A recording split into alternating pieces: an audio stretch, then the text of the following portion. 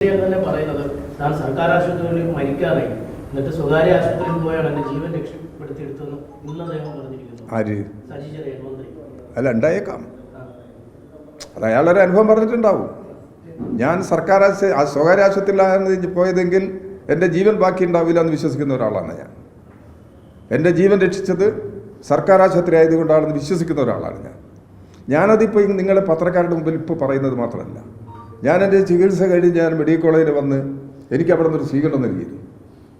ഞാൻ അവരോട് പറഞ്ഞു, ഈ സ്ഥാപനത്തിൻ്റെ വിജയമാണ് എൻ്റെ ജീവൻ.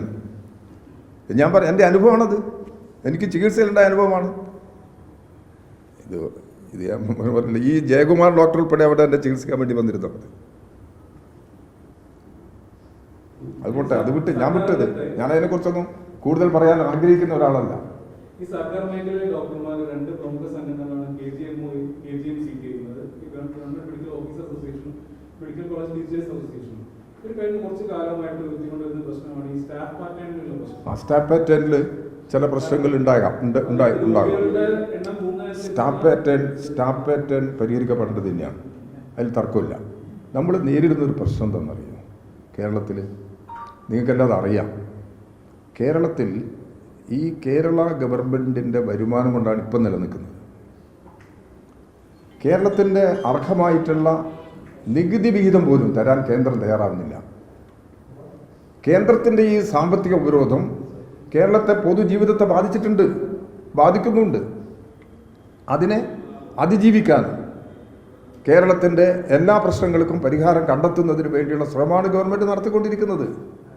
കേരളത്തിൻ്റെ തനത് വരുമാനം വർദ്ധിപ്പിച്ചിട്ടുണ്ട്, വലിയ തോതിൽ വർധനവുണ്ടായിട്ടുണ്ട്.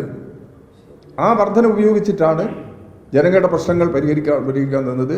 അക്കൂട്ടത്തിൽ ഈ സ്റ്റാഫ് പാറ്റേണിൻ്റെ കാര്യത്തിൽ ചില പ്രശ്നങ്ങളുണ്ട്, അത് ഇല്ലെന്ന് ഞാൻ പറയുന്നില്ല. ആ പ്രശ്നങ്ങൾക്ക് പരിഹരിക്കേണ്ടുന്ന പ്രശ്നങ്ങളാണ്, ക്രമേണ പരിഹരിക്കാൻ കഴിയും എന്ന് തന്നെയാണ് ഞങ്ങളൊക്കെ പ്രതീക്ഷിക്കുന്നത്. പിന്നെ വേറെ ഈ ആരോഗ്യതലത്തിൽ ചൂണ്ടിക്കാണിക്കുന്നത് ഈ ഔട്ട് ഓഫ് പോക്കറ്റ് എക്സ്പെൻഡിച്ചർ എന്ന് പറയുന്നത്, അതൊരു വ്യക്തി അയാളുടെ സ്വന്തം ഫീസിൽ നിന്ന് ആരോഗ്യ ചെലവുകൾക്ക് വേണ്ടി ചെലവാക്കുന്ന പണം മറ്റ് സംസ്ഥാനങ്ങളെ അപേക്ഷിച്ച് കേരളത്തിൽ കൂടുതലാണെന്ന് പറയുന്നുണ്ട്. പല സർവേകളും അതിനകത്ത് കാണിക്കുന്നുണ്ട്. അപ്പോൾ അത് കുറയ്ക്കാൻ വേണ്ടിയിട്ട് സർക്കാരിന്റെ ഭാഗത്ത് ബോധപൂർവമായ അതല്ല, കേരളത്തിൽ ചികിത്സാ ചെലവ് അധികമാണ്.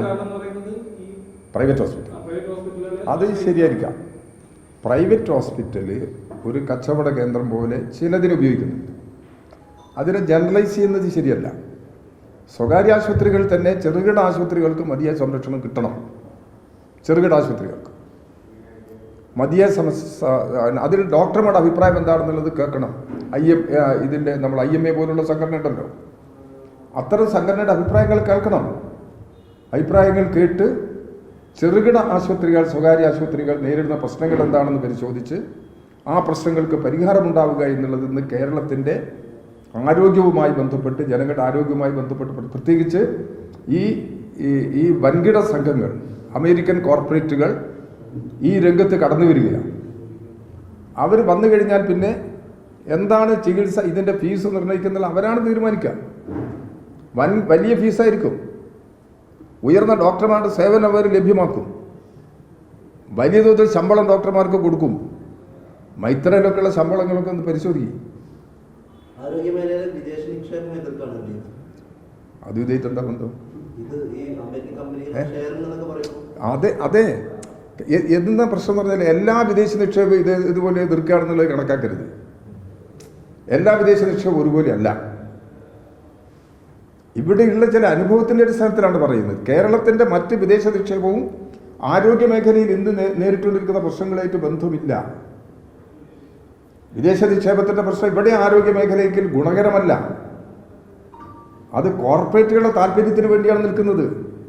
അതിനെയാണ് നമ്മൾ എതിർക്കുന്നത്. ആ നിലപാടിനെയാണ് എതിർക്കുന്നത്.